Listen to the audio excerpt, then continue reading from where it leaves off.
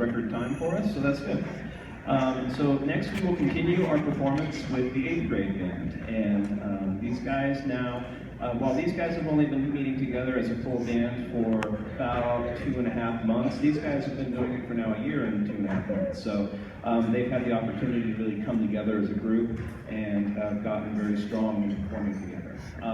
Just on a quick note, one of the good things about having the opportunity to work so much with these guys is we have been able to really take some chances with the music that we picked for them this year. So 2 of their songs, The Song for the Winter Moon and Train Heading West, are much more advanced pieces than we've usually given an 8th grade band, and we really feel like they've risen to the occasion in a big way, so they're sounding really good. A quick note about Train Heading West.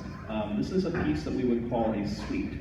So instead of being one large, continuous work like most of their other songs are, this one is made up of 3 smaller mini songs. And so in between the first and the second song, you'll notice that Mr. Duffield will keep his hands up, and we do ask that you hold your applause until he lowers his hands and indicates that the song has actually ended at that point. So at this time, we will welcome to the podium Mr. Duffield, and the 8th graders will perform Train Heading West.